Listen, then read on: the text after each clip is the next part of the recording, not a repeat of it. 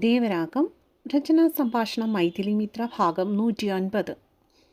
വൈകിട്ട് എപ്പോഴോ ആണ് മഹാദേവൻ ഉറക്കത്തിൽ നിന്ന് ഉണർന്നത്. അവൻ തലചരിച്ച് നോക്കിയപ്പോൾ കണ്ടു തൻ്റെ നെഞ്ചോരം മുഖം ചേർത്ത് കിടന്ന് സുഖമായിട്ടുറങ്ങുന്ന വൈശാഖിയെ.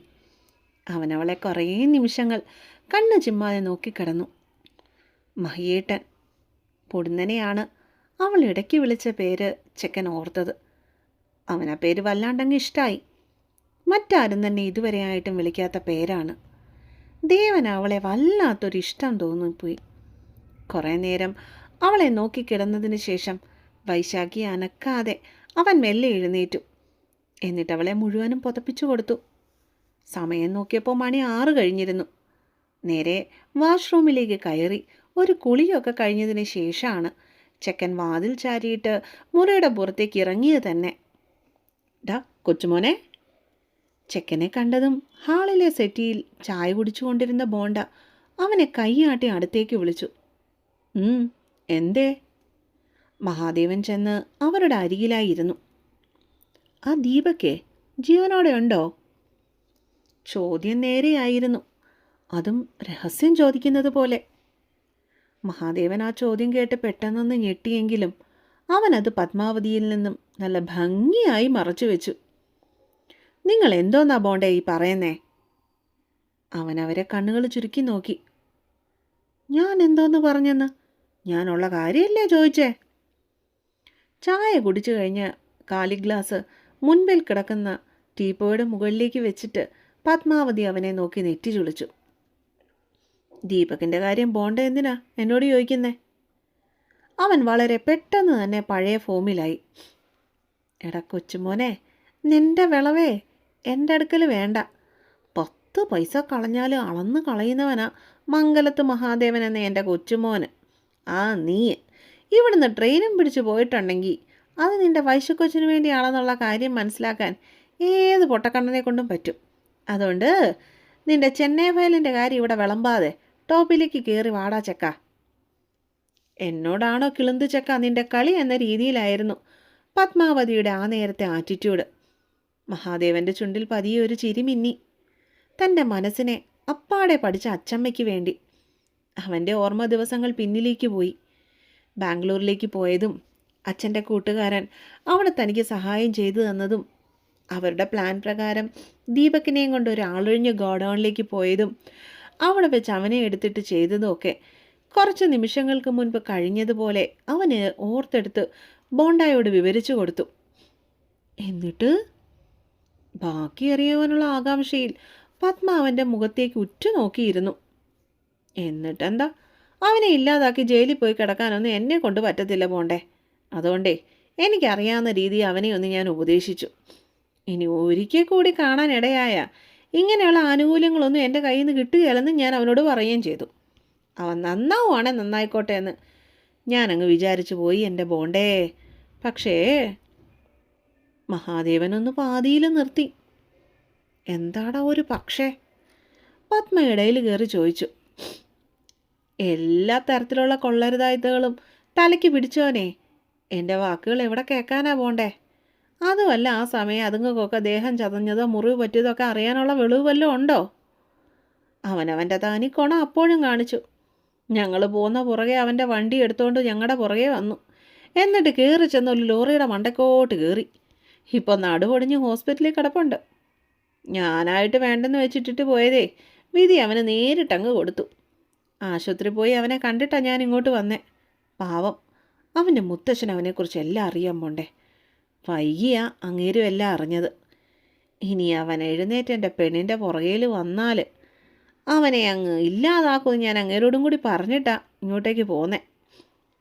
അത് പറയുമ്പോൾ മഹാദേവനെല്ലാം തീരുമാനിച്ചുറപ്പിച്ച ഭാവമായിരുന്നു. എന്നാലും എൻ്റെ ദേവാ, ഒരു ഉറുമ്പിനെ പോലും നോവിക്കാത്ത നീ ആ ചെക്കനെ അവിടെ ചെന്ന് ഇങ്ങനെയൊക്കെ ചെയ്തെന്ന് പറഞ്ഞാ. ഉള്ളിൽ ദീപകിന് പണി കിട്ടിയത് കൊണ്ട് അറിഞ്ഞുള്ള സന്തോഷം അടക്കിപ്പിടിക്കാൻ പാടുപെട്ടുകൊണ്ട് അവർ വീണ്ടും കൊച്ചുമോനെ ട്രോളാൻ തുടങ്ങി. മഹാദേവൻ മുത്തശ്ശിയെ ഒന്ന് കൂർപ്പിച്ച് നോക്കുകയല്ലാതെ മറുപടിയൊന്നും പറഞ്ഞില്ല. പിന്നെ വേറൊരു കാര്യം കൂടിയുണ്ട്. മിക്കവാറും ഇവിടെ ഒരു ഗെറ്റ് ടുഗദർ ഉണ്ടാവാനുള്ള എല്ലാ ചാൻസുകളും ഞാൻ കാണുന്നുണ്ട്. ഇത്തിരി നേരം കഴിഞ്ഞതും അവനൊരു ചിരിയോടെ സംസാരത്തിന് വീണ്ടും തുടക്കമിട്ടു. ഗെറ്റ് ടുഗദറോ? അതാരാപ്പാ? പത്മത്തിന് സംശയം. വേറെ ആര്? നിങ്ങളുടെ വൈശുക്കൊച്ചിൻ്റെ അച്ഛനും അമ്മയും തന്നെ. ദീപകിൻ്റെ കാര്യം അവൻ്റെ മുത്തശ്ശൻ പറഞ്ഞ് അവരിപ്പോൾ അറിഞ്ഞു കാണും. എന്തൊക്കെയായാലും സ്വന്തം മോളല്ലേ, പറയാൻ പറ്റില്ല. കുറ്റബോധം തോന്നിയെങ്കിൽ മോളുടെ അടുത്ത് കുമ്പസാരിക്കാൻ വരുമായിരിക്കും. മഹാദേവൻ അലസമായിട്ടാണ് അത് പറഞ്ഞതെങ്കിലും കേട്ടിരുന്ന ബോണ്ടയ്ക്ക് അത് അത്രയ്ക്കങ്ങ് ഇഷ്ടപ്പെട്ടില്ല. ഓ വേണ്ട, ആ കൂട്ടങ്ങൾ ഇങ്ങോട്ടേക്ക് വരാതിരിക്കുന്നത് തന്നെയാണ് നല്ലത്. വന്ന് കുമ്പസാരിച്ച് മാപ്പ് പറഞ്ഞ് എൻ്റെ കൊച്ചി ഇത്രയും നാൾ അനുഭവിച്ച സങ്കടങ്ങൾക്കൊക്കെ പകരമാകുമോ? ഒന്നും വേണ്ട, എൻ്റെ പെണ്ണിപ്പോൾ ഹാപ്പിയാ. അതുങ്ങൾ വന്നേ എൻ്റെ കൊച്ചിൻ്റെ ഉള്ള സന്തോഷം കൂടെ നശിപ്പിക്കാതിരുന്നാൽ മാത്രം മതി.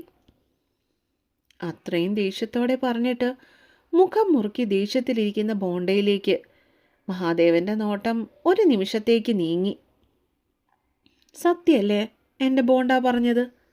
പക്ഷേ അവർക്കവരുടെ മകളെ കാണണമെന്നൊക്കെ പറഞ്ഞു വരുമ്പോൾ തടയാനാവില്ലല്ലോ എനിക്ക്. അവൻ്റെ ചിന്തകൾ അങ്ങനെ തന്നെ നീണ്ടുപോയി. സർ, വൈകിട്ട് ഉറങ്ങി എഴുന്നേറ്റപ്പോൾ തൊട്ട് മഹാദേവൻ്റെ പുറകെ വിളിച്ച് നടക്കുകയാണ് പെണ്ണ്. അവനാണെങ്കിൽ വൈശുവിനെ ആലുവ മണപ്പുറത്ത് വെച്ച് കണ്ട ഭാവം പോലും കാണിക്കുന്നില്ല. കുറച്ചു മണിക്കൂറുകൾക്ക് മുൻപ് വരെ തന്നെ പ്രണയം കൊണ്ട് കീഴ്പ്പെടുത്തിയവന് പെട്ടെന്ന് ഇതെന്തു പറ്റിയെന്ന സംശയമായിരുന്നു അപ്പോഴവളിൽ. ഞാൻ എന്ത് ചെയ്തിട്ടാ സാറിനോട് മിണ്ടാതിങ്ങനെ നടക്കുന്നേ? മുറിയിലേക്ക് കയറി അവൻ്റെ പിന്നാലെ ചെന്ന് അവൾ സഹി കെട്ട് ചോദിച്ചു പോയി. നിനക്കറിയില്ലേ? കബോർഡിലിരിക്കുന്ന ഏതോ തുണി തിരഞ്ഞുകൊണ്ടിരിക്കുന്നതിനിടയിൽ അവസാനം മഹാദേവൻ അവൻ്റെ തിരുവായ തുറന്നു. അറിയെങ്കിൽ ഞാനിങ്ങനെ സാറിൻ്റെ പുറകെ നടക്കുമായിരുന്നോ? ഞാൻ എന്തെങ്കിലും തെറ്റ് ചെയ്തോന്നേ? പറഞ്ഞു തന്നാലല്ലേ എനിക്കറിയാൻ പറ്റൂ. അവളിൽ നിന്നും എന്തെങ്കിലും തെറ്റു പറ്റിയോ എന്ന് വൈശു തല പുകച്ചാലോചിച്ചുകൊണ്ട് ദേവൻ്റെ മുൻപിലായി ചെന്ന് നിന്നു. നീയൊന്നും ചെയ്തില്ലേ? വീണ്ടും അവൻ്റെ വായിൽ നിന്ന് അതേ ചോദ്യം തന്നെ വീണു. അറിഞ്ഞോണ്ട് ഞാൻ ഒന്നും ചെയ്തിട്ടില്ല, അവൾ വീണ്ടും ഉറപ്പിച്ചു പറഞ്ഞു. ഒന്ന് ഓർത്തു നോക്കിയേ. അവളെ കടന്ന് പോകാനായി ചെക്കൻ മുന്നോട്ടേക്ക് ആഞ്ഞതും വൈശാഖി അവൻ്റെ കയ്യിൽ കടന്നു പിടിച്ചു. കഷ്ടമുണ്ട് കേട്ടോ, ഇങ്ങനെ പിണങ്ങി നടക്കല്ലേ. എനിക്ക് സാർ എന്നോട് മിണ്ടാതെ നടന്ന അപ്പടി സങ്കടം വരും.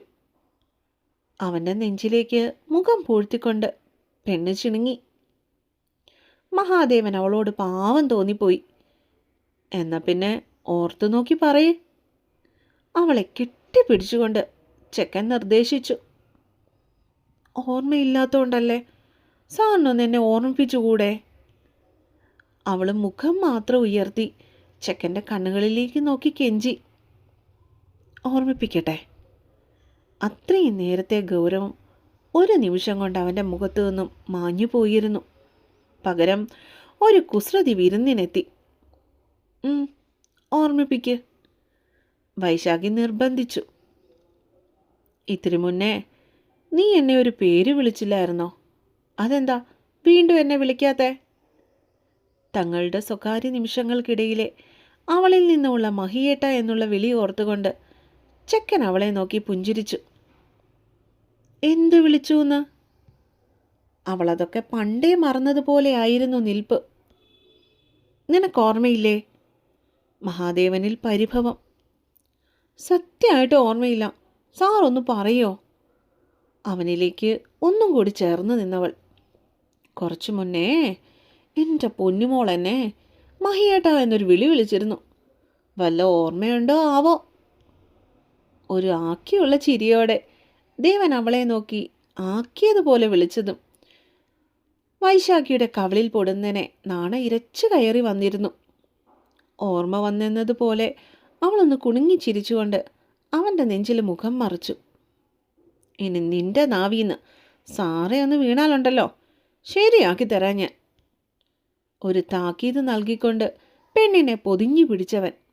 അപ്പോൾ കാത്തിരിക്കുക കേട്ടോ, അടുത്ത പാട്ടുമായിട്ട് നാളെ വരാവേ. വീണ്ടും വീണ്ടും നിങ്ങളോട് പറയുകയാണ്, വായിക്കുന്നവരെല്ലാം തന്നെ എൻ്റെ ചാനലൊന്ന് സബ്സ്ക്രൈബ് ചെയ്യണം കേട്ടോ, പ്ലീസ്.